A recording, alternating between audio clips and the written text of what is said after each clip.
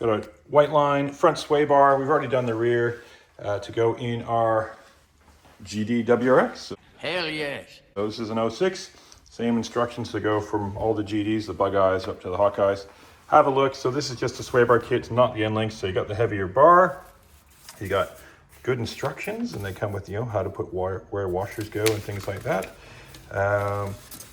That's a nice to have for a change. Have some instructions. Then you've got another one there. It's just a warning of make sure you have it set up right. New bushings. These are the newest ones, the grease-free technology, and some collars. So that's the lateral lock kit, so it keeps things from sliding around.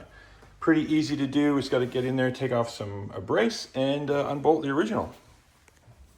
Tools required to do the job. Okay, we've got awesome, because we have a pass-through socket. We need that in a 17, or you use a 17 mil wrench. That's for the Swaybar end link. You're gonna need a 12 mil socket and a 14 mil socket and a 12 mil little wrench, maybe a 13. Allen key, not sure what size it is, but you'll see where that goes. That's to hold the locking thing on the pass-through, and I've got a 15 here, but I don't think I need that. It's a small torque wrench in case you want to torque it to spec, but that's it. So we're gonna start by getting in under the car, jack it up, take the wheels off, make sure it's secure. How do I know how to do most of the stuff and all the torque settings and stuff? Well, I use manuals. I got a couple manuals from emanualonline.com. I've got one for the Jeep, the Subaru, from the Porsche. And yeah, it gives you all the settings that you need. It gives you it's a service manual from the workshop. So it says a procedure, how to do it. I'll put a link in the video description down below so you can go get one for yourself. Really handy to have. I must say, I've made my dad get one for his cars, and my brother, I made him get one for his Pathfinder as well. So it's just super easy. You just put in your vehicle. So let's look at our Porsche Cayman. It's a 981. And there you go. There's the service and repair manuals for the Porsche Boxsters and Cayman 981s. So yeah, it's link in the description below. Click it through, and it'll take you to their site, and you can just get your new manual. It really makes a big difference, especially torque specs, because you always got to try to look on the internet. I found multiple torque specs for different things you look on the internet, but this is the actual service manual, so it'll be correct. All right, you got to take off this brace here. So you got 4 12s. Is it coming off? Oh, and there's a nut on top, so we'll hold the nut. Okay, go.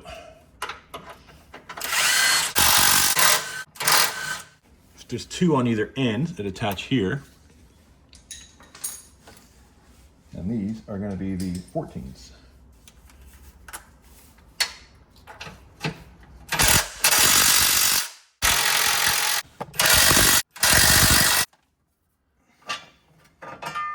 Coming down. All right, braces out.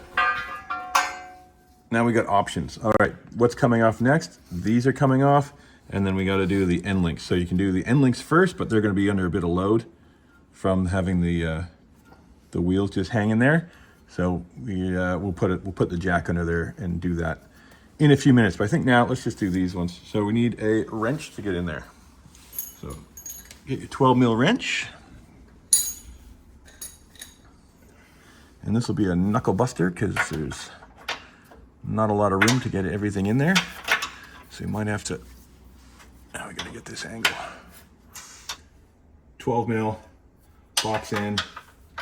That we can get in there a bit better. We don't want to round this off. Oh, there we go, here to go.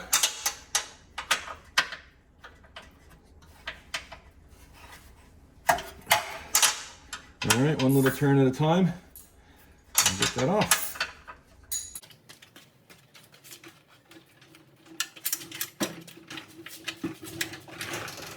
This is where a pass-through socket is absolutely beautiful, because you can put that on there, and because you got the giant hole in it, I'll put a link in the description to get these off Amazon where I got mine. Goes in there, and then your Allen key to hold it goes through. I got him to do the strut tops on our Porsche, and it was freaking awesome. So easy enough. Allen key goes through. We've already done most of this, and we've already done it there. We need to get this down. push. Woo! There we go. That's it. Now we know how to do that. All right, time to wiggle it out. So there is a, and the guy, remember when my guys did my GD, right? Yes. All right, wiggling it out, a few twists and turns, one end out. Okay, bring it back. Just keep going this way. All right, we're having a look here, just getting everything set up. So these bushings have a special lining in them, and they got some kind of film on them. So we're just going to pop these in. Now the OEM ones split on the bottom. These ones split on the side. So we'll do that so that that faces the probably faces the back, I guess. Don't think it really matters, actually, to be honest. So open them up. Oh, they're tight. I'm started. Get my finger stuck in there. And then when they're on, we'll just get these started. These are the little locking collars. We're gonna obviously finish these off when it's time, and these will be on the inside of the bushings themselves. And we'll just make sure we can, just so they're on there, because they're a little bit funny to thread. They got little grub screws that hold them in. So we'll just get them started.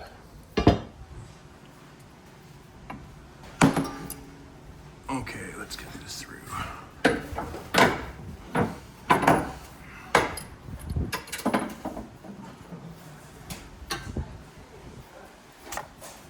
up at the top. Okay, up.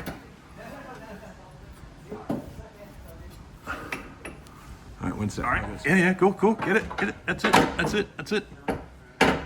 Wiggle. One more. You know anything.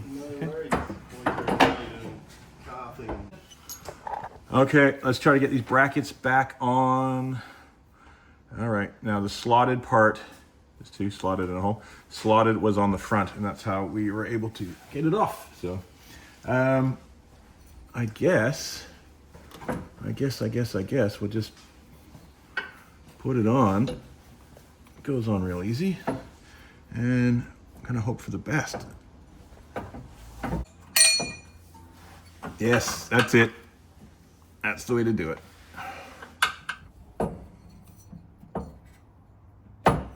And then when it's on there, I can't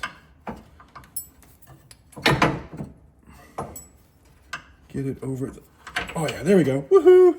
Over the stud. Okay, quickly, get the nut on.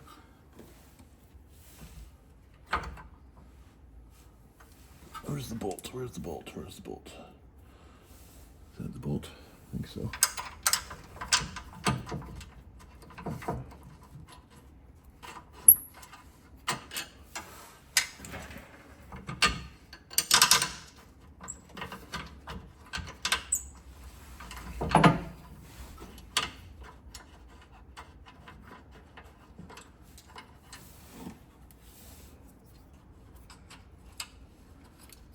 You beauty. Okay, just takes a little bit of wiggling, and you'll find the right angle, and you'll get it on there. And you don't want to strip this, get this thing cross-threaded or anything weird at the back. So make sure you wiggle it lots so it goes in without any resistance. All right, I got the end links in. Now I had it wrong before, so we want the furthest point when it's installed. So for softest, that's going to be all the way in. I found that if you do the control arm side first, do that last, that's going to be much easier to get it in there. And because I've got adjustable end links, I've cracked them, so there's room to play. I'll tighten all that up when I get it loaded. Now, apparently the manual says, the service manual is 33 pounds-foot, which is 45 newton meters, which is your Swaybar end link torque. So we'll tighten those up now, and we'll torque it all down.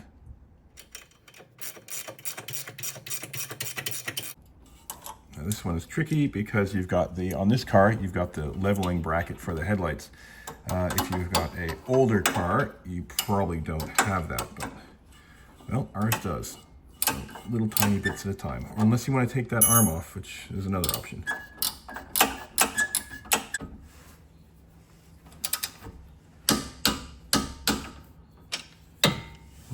Is this accessible? I don't think so. All right, we're just gonna have to give that a couple good cranks and see if we get it good and tight.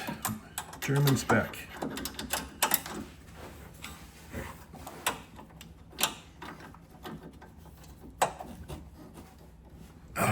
Okay, that's probably tighter than this one.